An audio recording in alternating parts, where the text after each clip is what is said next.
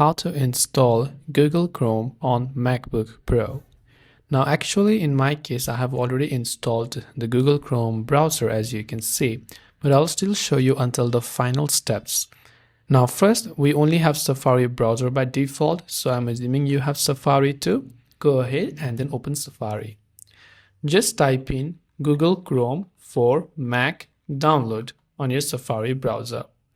When you do that, you'll find the first link. It says download and install Google Chrome. So select that. Then here you can see how to install Chrome. Then select macOS. Then on your computer, first download the installation file. So we'll just click on this installation file menu. And when we do that, just click on the download Chrome button and just allow the downloads and it will get downloaded. Now after we've downloaded, by default, of course, it is going to be in the downloads folder of the Finder app. So go to the downloads folder, you'll find the DMG file. Just double click the DMG file.